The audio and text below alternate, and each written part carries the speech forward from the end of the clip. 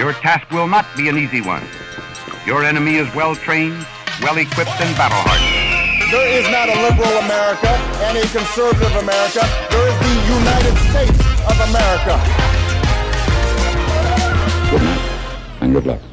Hey everybody, it's Rick. I am live at the DNC. I will tell you what the elephant in the room this week is in just one brief moment. But first, before we start, I would love for you to like, subscribe, follow, do all the things you do on the social media stuff, because it's really important to help us get this pro-democracy message out. Let's go.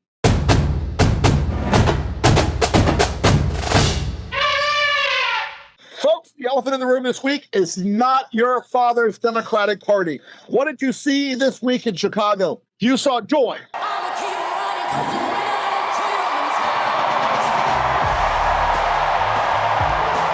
You saw happiness. You saw aggressive, smart attack politics against Donald Trump and the MAGA movement.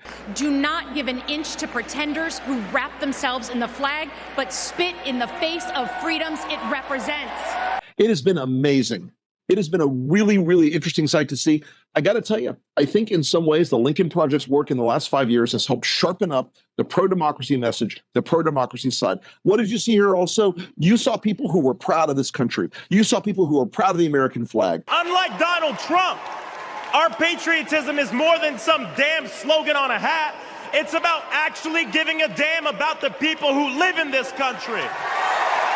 You saw people who absolutely have embraced the fact that strength is not cruelty and cruelty is not strength. You saw a series of speakers from Joe Biden to Barack Obama to Michelle Obama to Adam Kinzinger. The Republican Party is no longer conservative.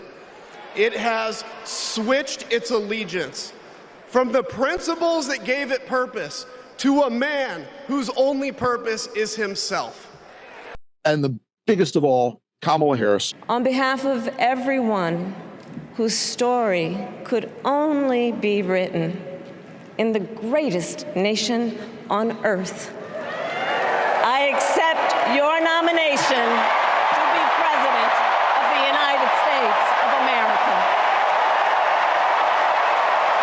Go out and make the case that Republicans, Democrats, Independents have somewhere to go this year. A center-left party that you may not agree with on every single subject. You may not agree with on every single policy, but you do know that those folks have absolute commitment to this country. They're not going to betray it. They're not going to break it. They're not going to illegally try to seize power after they lose an election. They understand now that the risks and peril of re-electing Donald Trump is something we've got to fight hard against every minute of every day. We cannot find ourselves in a position as a country where Donald Trump manages to come back into the Oval Office and everybody in this arena is a happy warrior. I have to tell you, everybody in this arena is fighting the good fight.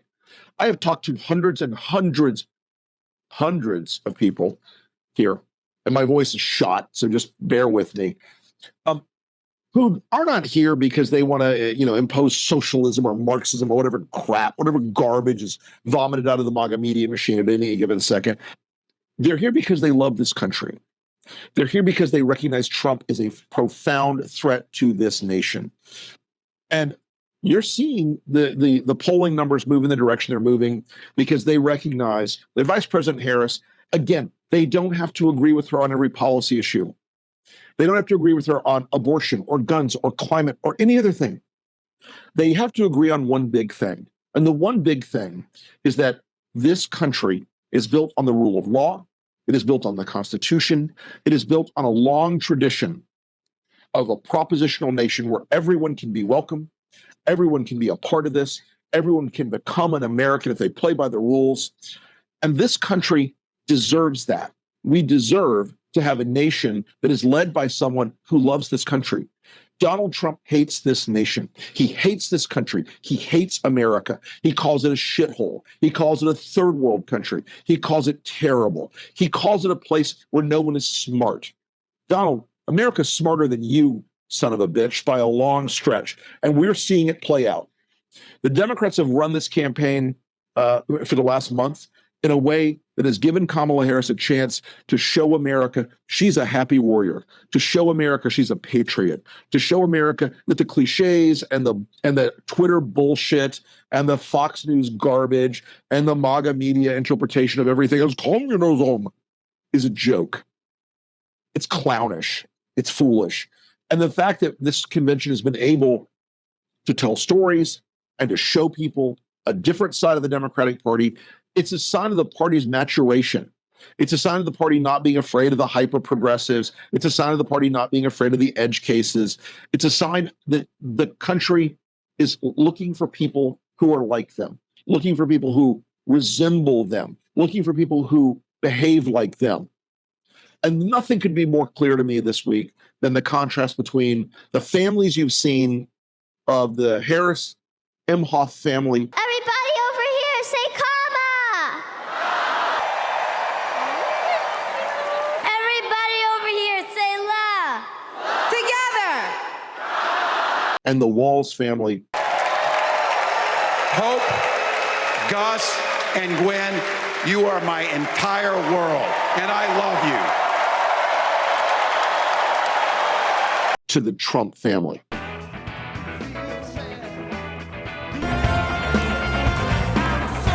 And whatever weird thing Vance has going on. You've seen the fact last night, or night before last night, when you're seeing this, that Tim Walz' family, they have a neurodivergent son with verbal dysphorias and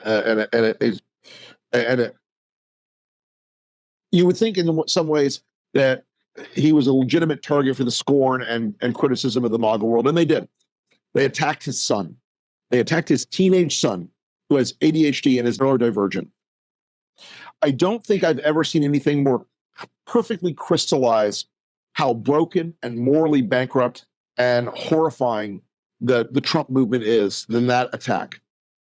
I don't think I've ever seen anything like that. There is a moment of cruelty and a moment of darkness in their souls that you look at it and you just, I'm not outraged. I'm not even angry. I am deeply, deeply moved at that moment, deeply committed at that moment to destroying this movement. And they must be broken. People here get that.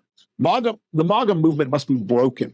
Trump must be defeated, but their movement must be shattered and destroyed. They are too cruel, too excessive, too insane to be tolerated. But again, folks, this has been a great week of joy and uplift and happiness. You've seen great speakers across the board. You've seen a powerful case made for Harris by Republicans, by Lincoln Project type people. We are having a great time here. It's been a great week here. We look forward to seeing you again very soon. This has been this week's version of The Elephant in the Room.